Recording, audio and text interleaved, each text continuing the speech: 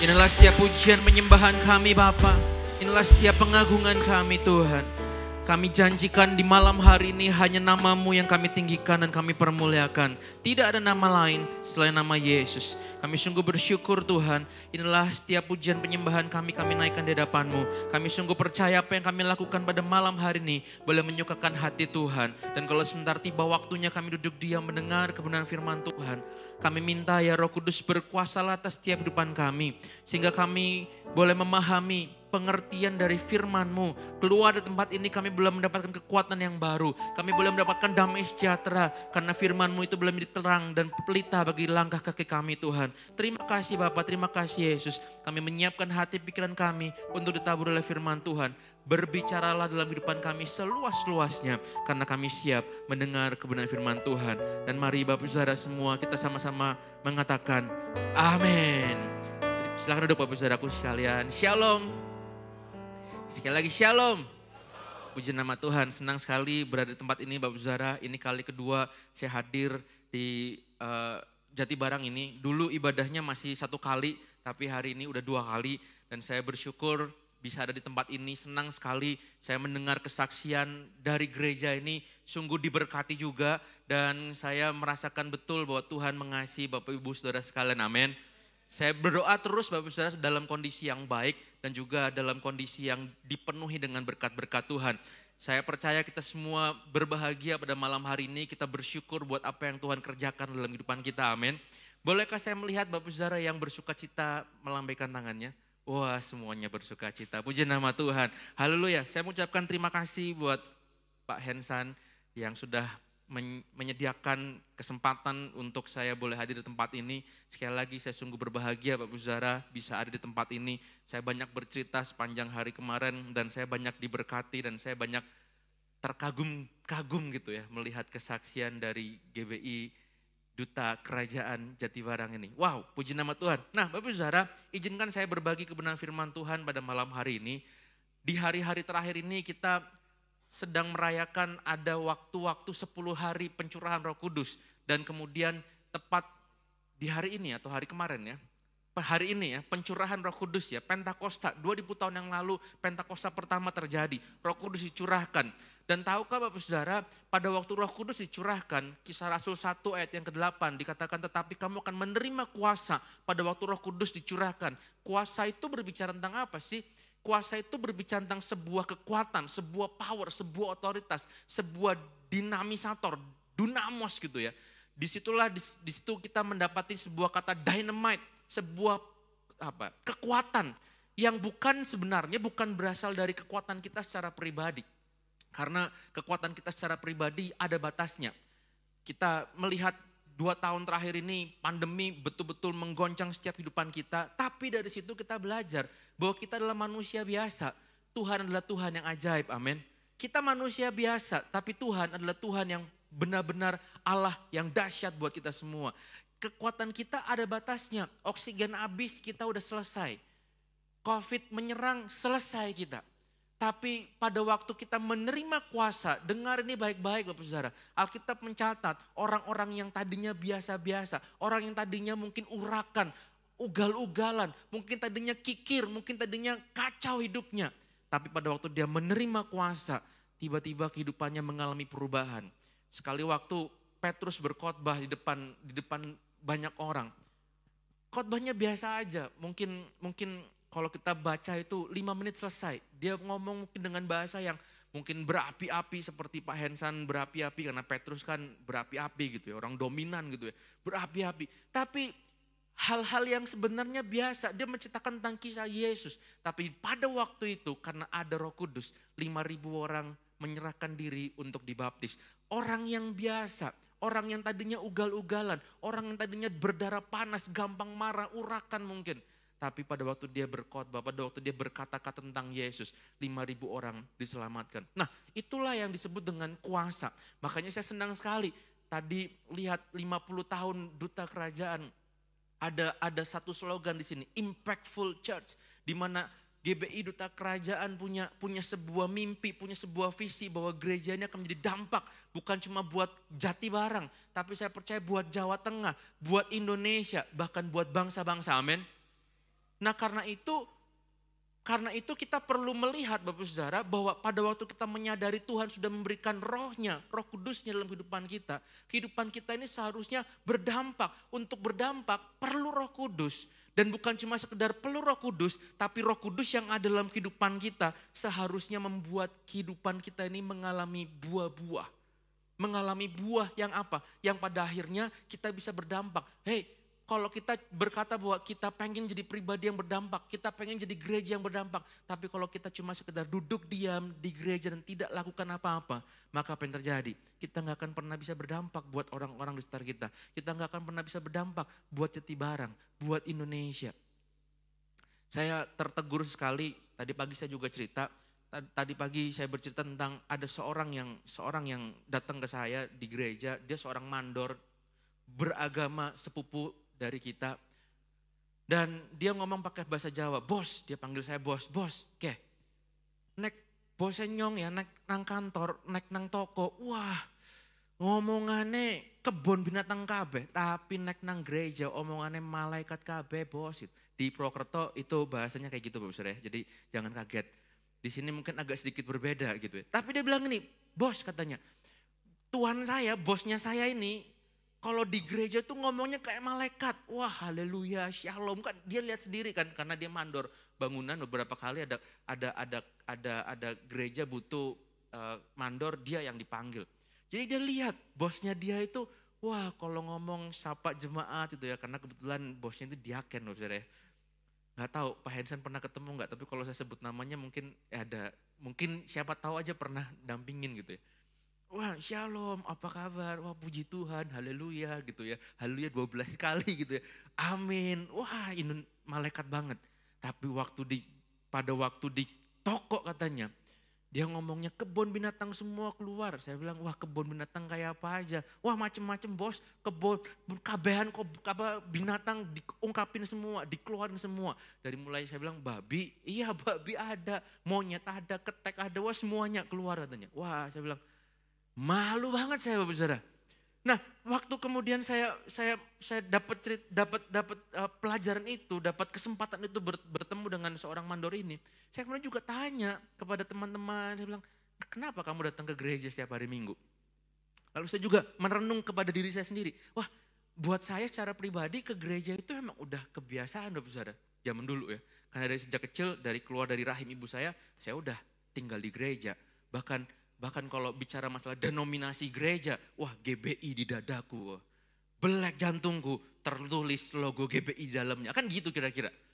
Karena dari sejak kecil, kalau nggak ke gereja hari Minggu kayak kurang gitu loh. Nah mungkin buat kita juga ada yang berkata seperti itu. Pak, saya kalau ke gereja, kalau hari Minggu gak ke gereja itu kayak ada yang kurang deh. Berasa ada yang lewat dari hidupku. Wah malah ada yang bilang gini, kalau saya gak ke gereja hari Minggu Pak, itu kayaknya minggu-minggu tampak suntuk dan kayak gak ada berkat. Saya pikir emang ke gereja cuma buat cari pesugihan gitu. Halo? Dan ada juga yang bilang anak muda, kenapa kamu ke gereja? Ya kak, daripada saya cari pasangan hidup di tempat yang lain kan mendingan saya cari pasangan hidup di gereja kan kak. Lebih rohani. Saya bilang oh iya ya bener juga ya lumayan lah. Nah tapi pada akhirnya gereja penuh dengan orang-orang yang hanya panas-panasin bangku gereja aja. Maafkan saya, ini di kota Purwokerto. Saya percaya di Jatibarang gak ada. Kenapa saya bilang begitu? Karena pada akhirnya mereka cuma datang ke gereja, menjalankan aktivitas agamanya, menjalankan rutinitas ibadahnya, tapi kemudian hidupnya gak jadi dampak, hidupnya gak jadi berkat buat orang-orang di sekitarnya. Nah karena itu saya percaya begini Bapak Saudara, pada waktu kita mengaku dan kita menyadari bahwa Roh Kudus telah dicurahkan dalam kehidupan kita, bukan cuma sekedar berhenti kita menerima Roh Kudus, tapi ini yang saya percaya, kita harus menjadi pribadi yang bertumbuh dan menghasilkan buah. Yang mengerti katakan amin. Sehingga apa? Buah dalam kehidupan kita bisa menjadi dampak buat orang-orang di sekitar. Nah tadi pagi saya menceritakan dan saya membagikan ada 3 alasan kenapa orang-orang itu gak bisa mengalami pertumbuhan dan juga gak bisa mengalami buah-buah dalam kehidupannya. Atau menghasilkan buah-buah rohani dalam kehidupannya. Kenapa? Karena alasan yang pertama mereka cinta akan uang. Alasan yang kedua mereka cinta akan dunia. Dan yang ketiga mereka cinta kepada diri sendiri. Nah, tadi pagi saya sampaikan itu. Sore hari ini saya berjanji tadi pagi, saya bilang bahwa hari ini, sore ini saya akan membagikan buah-buah apa sih seharusnya yang muncul dalam kehidupan kita, yang dihasilkan dari hidup kita, yang mengaku bahwa kita sudah menerima Roh Kudus dalam hidup. Sehingga apa? Sehingga saya berdoa satu kali kelak Bapak Saudara keluar dari tempat ini, Bapak Saudara menyadari bahwa Roh Kudus emang sudah ada dalam kehidupan kita, sudah dicurahkan dalam kehidupan kita mulai menunjukkan buah-buah itu, kita mulai menunjukkan hasil dari pekerjaan Roh Kudus dalam kehidupan kita. Supaya apa? Supaya kita bisa betul-betul menjadi dampak, bukan cuma buat gereja, bukan cuma buat keluarga, tapi buat orang-orang yang ada di sekitar kita, bahkan mungkin buat orang-orang yang ada di luar sana. Amin. Nah, karena itu buah apa saja Bapak Saudara? Mari kita lihat. Saya paling tidak catat ada 3 buah Bapak Saudara yang harusnya bisa kita lakukan atau bisa berbuah dalam kehidupan kita pada waktu ada Roh Kudus dalam kehidupan kita ini. Dan pada waktu kita sudah menerima Dia sebagai Tuhan dan Juru Selamat kita. Yang pertama tentu saja berbicara tentang buah roh. Yang pertama itu buah roh. Ada berapa buah roh Bapak Saudara? Ada 9. Ada lagunya dulu waktu sholat minggu ya. Kasih, sukacita, damai sejahtera. Saya nggak bisa nyanyi Bapak Saudara, udahlah jangan nyanyi nanti semua kaca di sini harus diganti Bapak Saudara. Kasih, sukacita, damai sejahtera, kesabaran, kemurahan, kebaikan, kelemah lembutan. Terus apa lagi? Kesetiaan, penguasaan diri. Nah, saya nggak akan kupas satu-satu Bapak Saudara karena itu ada 9. Nanti kalau saya kupas satu-satu pasti Bapak Saudara berkata, aduh udahlah jangan semuanya. Karena nanti kita nggak akan selesai Bapak Saudara ya. Nah, buah roh itu berbicara tentang apa sih? Kalau kita berbicara tentang kasih, sukacita, damai sejahtera, apalagi kelemah lembutan, penguasaan diri, kesetiaan, kebaikan. Itu berbicara tentang apa yang seharusnya muncul dari dalam diri kita. Pada waktu kita menerima Roh Kudus, kita ini keluar dari kehidupan yang lama, keluar kepada kehidupan yang baru. Di mana seharusnya kehidupan kita penuh dengan yang namanya buah roh tadi. Dulunya mungkin kita adalah orang-orang yang gampang marah. Kita gak punya kasih, kita gak punya damai sejahtera. Gemerungsung terus, you know gemerungsung? Iya, you know gemerungsung. Gemerungsung terus, kita gak punya damai sejahtera. Bahkan, tadi pagi saya cerita saya punya anak rohani. Dia pemimpin 5 perusahaan, masih muda, keluarganya baik-baik aja. Tapi dia berkata begini, Thor, saya gak pernah punya perasaan yang namanya happy. Wah, saya bilang, lu gak salah ya, uang gak terbatas. Kehidupan juga baik-baik saja. 5 perusahaan ada di bawahnya dia, tapi dia bilang ini, I'm not happy. Saya gak pernah bisa rasakan happy. Berbalik dengan seorang yang mungkin secara ekonominya sangat kurang, tapi dia berkata bahwa aku bisa hidup itu mengalami berkat Tuhan, jamahan Tuhan, dan selalu bersyukur dalam segala keadaan. Dan dia berkata, hidupku bahagia. Wah, kebalik Bapak Saudara. Nah, dulu mungkin kita gemerungsung, cari uang, cari apa yang kita inginkan. Kita selalu berkata bahwa kayaknya gak cukup. Nah makanya buah roh itu berbicara tentang bagaimana kita menjadi pribadi yang baru. Dulunya mungkin kita kejar uang, tapi hari ini kita mengerti bahwa uang itu gak perlu dikejar. Karena uang seharusnya yang mengejar kehidupan kita, amin. Sehingga kita punya damai sejahtera. Damai sejahtera pada waktu kita punya persoalan, pada waktu kita punya pergumulan. Kita punya kekuatan untuk tetap bisa bertahan dan tetap berkata bahwa Tuhan itu baik. Kenapa? Karena kita betul-betul punya Roh Kudus yang selalu punya cara untuk tolong kita. Selalu punya cara untuk hibur kita. Selalu punya cara untuk memberikan kita jalan keluar. Nah itu seharusnya muncul dalam kehidupan kita. Dulunya mungkin kita gak sabaran. Wah apalagi kalau nunggu istri sedang dandan make up. Aduh mah cepetan. Katanya tadi cuma ngomong 5 menit. Ini udah 50 menit mah. Apalagi kalau istrinya udah mulai cerewet gitu ya Bapak. Bapak-bapak pada amin? Atau takut ya? Wah udahlah jangan banyak ngomong gitu. Nah sekarang yang namanya sabar kita berkata, mah butuh waktu berapa lama? Jangankan 50 menit, 500 menit pun papa tunggu. Nah tapi lepas daripada itu kesabaran itu berbicara tentang begini Bapak Saudara. Long suffering, artinya kita punya kekuatan untuk ada dalam tekanan yang panjang. Itu kesabaran.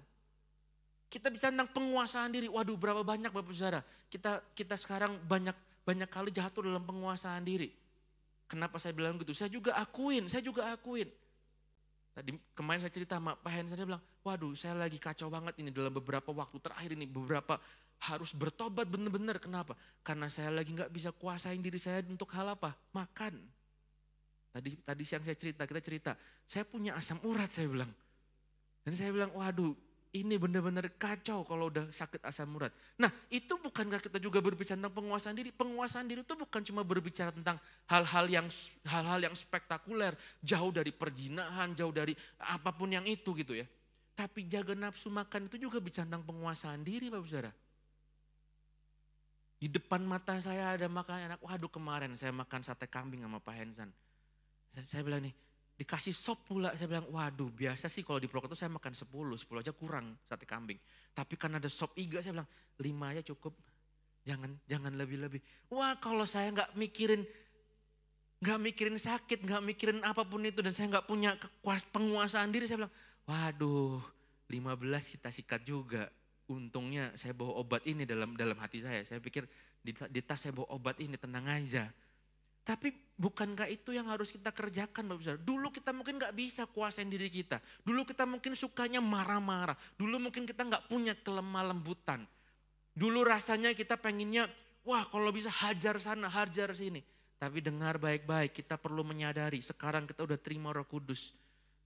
Dulu memang kita, Rasul Paulus berkata ini ya, dulu kita memang diperhamba oleh dosa.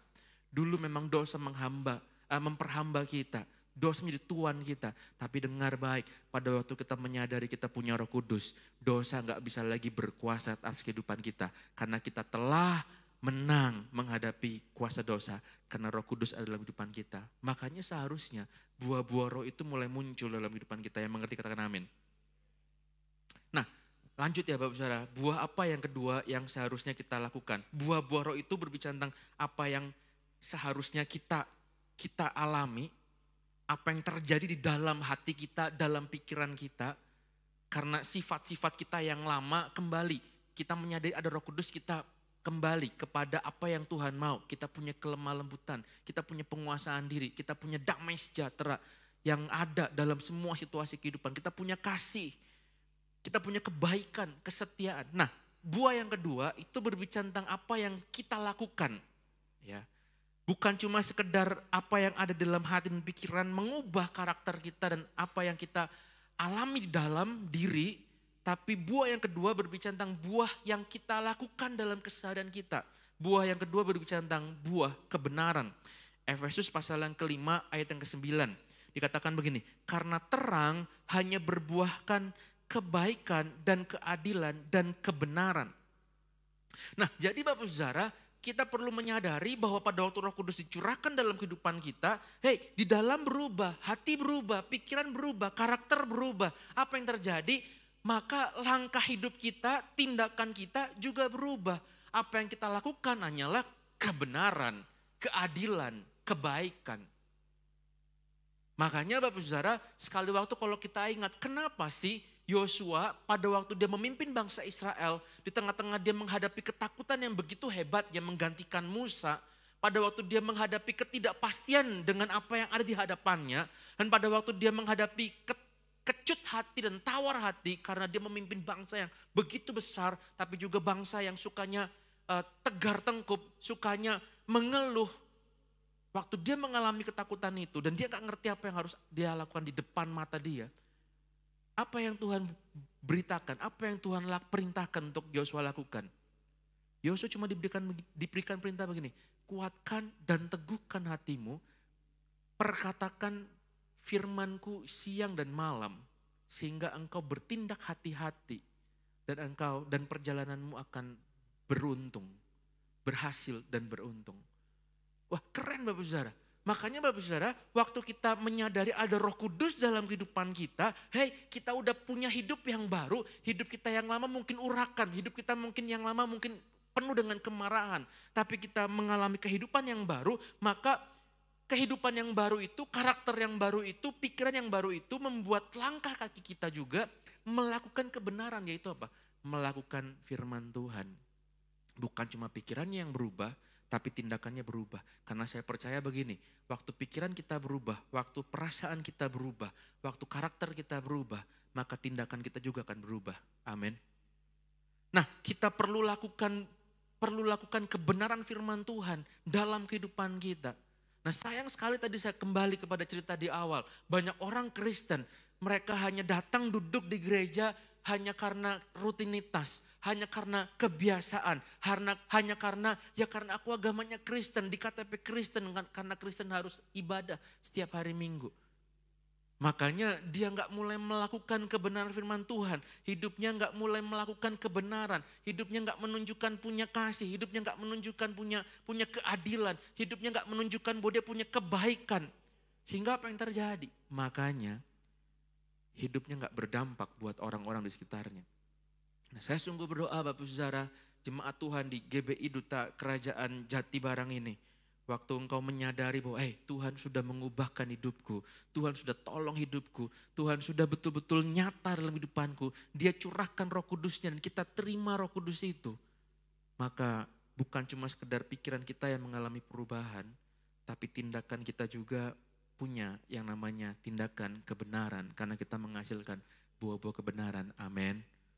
Karena itu waktu engkau berbicara kepada customer mungkin karena lagi jaga toko, atau engkau mungkin lagi bersama-sama dengan orang-orang yang gak kenal Tuhan, yang keluar dari mulut kita ini kebenaran, yang muncul dari perilaku kita ini kebaikan, yang kita lakukan sehari-hari itu keadilan.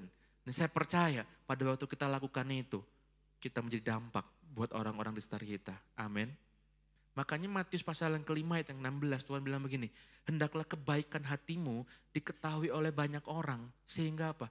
Sehingga mereka boleh melihat Bapamu yang di sorga dan melihat perbuatanmu yang baik dan mempermuliakan nama Bapamu yang di sorga. Nah, itulah yang perlu kita renungkan hari-hari ini Bapak Saudara, bahwa kehidupan kita bukan cuma sekedar ada di gereja, tapi pada waktu di luar kita juga perlu hidup dalam kebenaran, melakukan kebenaran, melakukan kebaikan. Sehingga melalui kehidupan kita, orang-orang boleh lihat, ternyata ya Bapak itu yang pernah ada di gereja atau hidup di gereja GBI Duta Kerajaan, hidupnya baik, hidupnya adil, hidupnya benar. Halo? Jangan kayak hari-hari ini Bapak Saudara, sebenarnya kekristenan sedang banyak dicoret namanya atau sikapnya, karena banyak orang yang namanya Yohanes, Matius, Markus, Lukas, Paulus, Petrus justru melakukan hal-hal yang tidak patut untuk mereka lakukan. Menyedihkan Bapak Saudara. Nah, karena itu saya sungguh berdoa, selain buah roh ada dalam kehidupan kita, buah kebenaran juga itu muncul dalam kehidupan kita. Sehingga pada akhirnya orang boleh melihat perbuatan kita yang baik.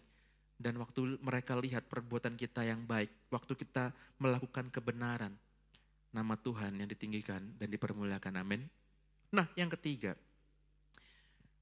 kalau buah roh itu berbicara tentang apa yang ada di dalam, apa yang ada di pikiran, apa yang di perasaan, buah kebenaran itu berbicara tentang apa yang kita lakukan dengan hidup kita, karena kita sudah punya perubahan paradigma, perubahan mindset, perubahan karakter, kita punya Roh Kudus.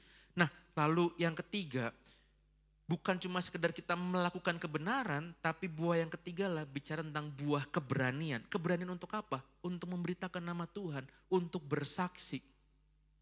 Nah, kita pikir begini, untuk bersaksi itu tugasnya Pak Pendeta. Saya pikir keliru Bapak Saudara, karena Tuhan gak bilang begini, pergilah jadikanlah semua bangsa muridku, hai para pendeta. Apakah begitu ayatnya? Enggak.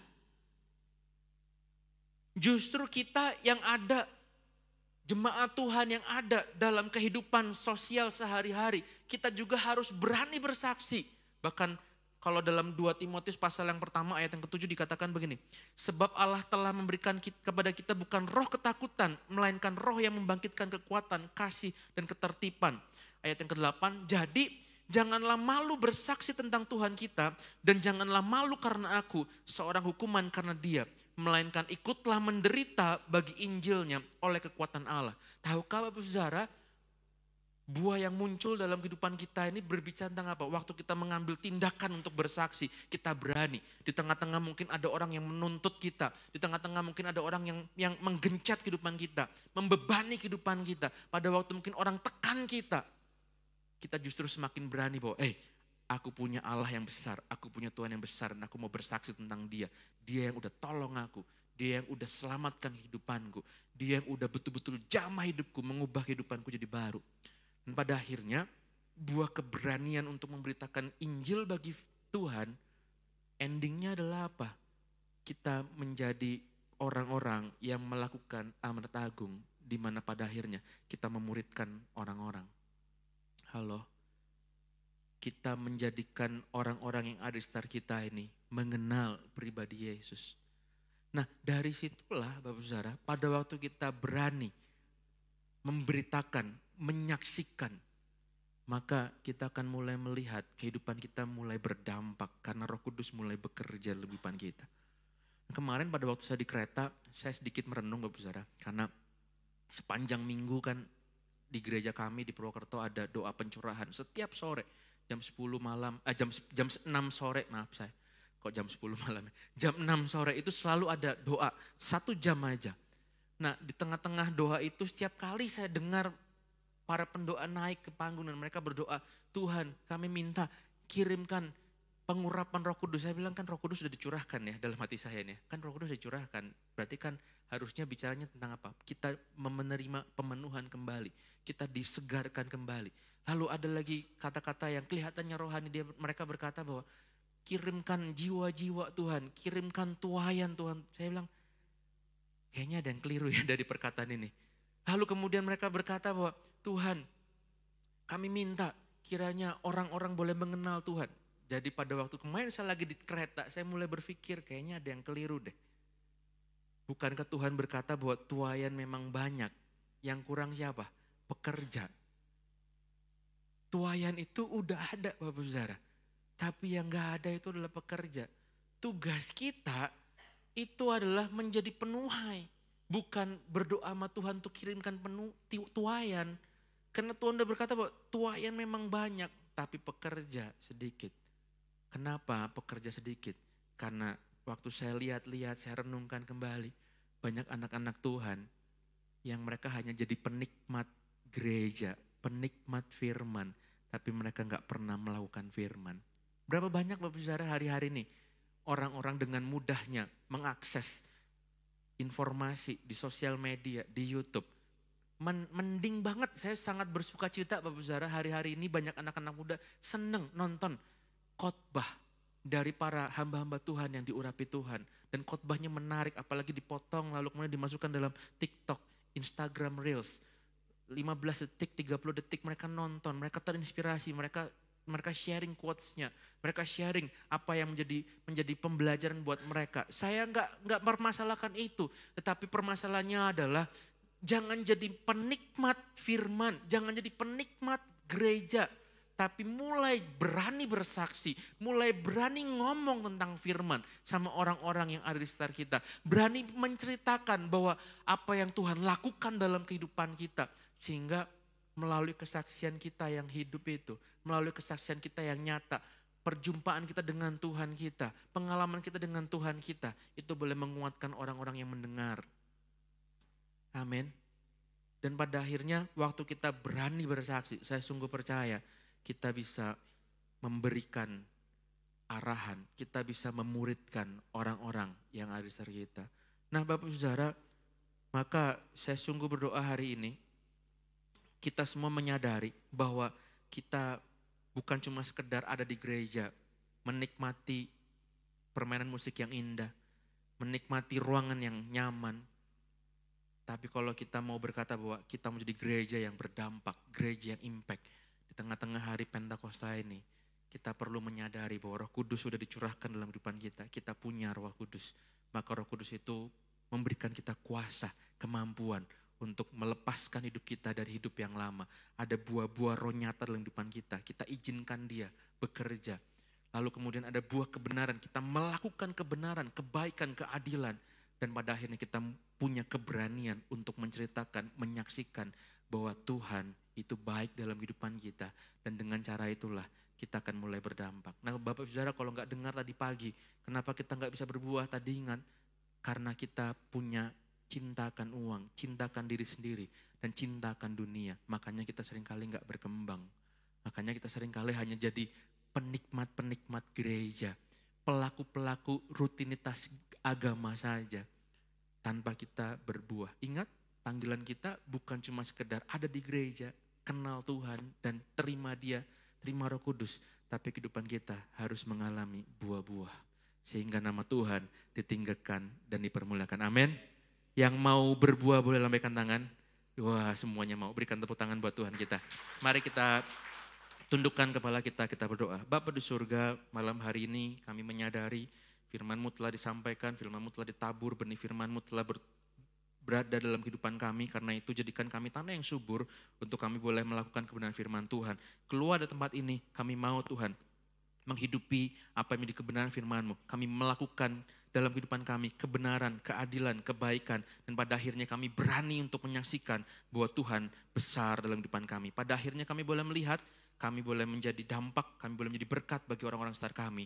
Dan orang-orang boleh melihat bahwa apa yang kami lakukan, apa yang kami hasilkan dalam kehidupan kami, itu boleh mempermuliakan nama Tuhan. Dan nama Tuhan ditinggikan. Gereja ini akan menjadi berkat bagi kota Jatibarang dan juga kota-kota lain, bahkan sampai pada bangsa-bangsa. Kami boleh melihat kesaksian-Mu yang hidup, karena itu terus nyatakan kehendak-Mu dalam kehidupan gereja ini. Di dalam nama Tuhan Yesus, kami menyerahkan semua kehidupan kami dalam tangan-Mu. Haleluya. Amin. Mari kita datang kepada Tuhan. Kami memuji kebesaran-Mu. Ajaib Tuhan, ajaib Tuhan, ajaib Tuhan. Kami memuji kebesaran-Mu. Ajaib Tuhan,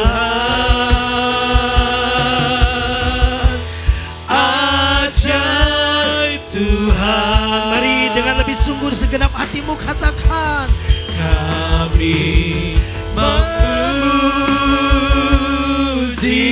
kebesaran-Mu. Engkau Tuhan yang ajaib, ajaib Tuhan, ajaib Tuhan. Kami memuji kebesaran-Mu. Ajaib Tuhan, ajaib Tuhan, ajaib Tuhan, ajaib Tuhan, ajaib Tuhan,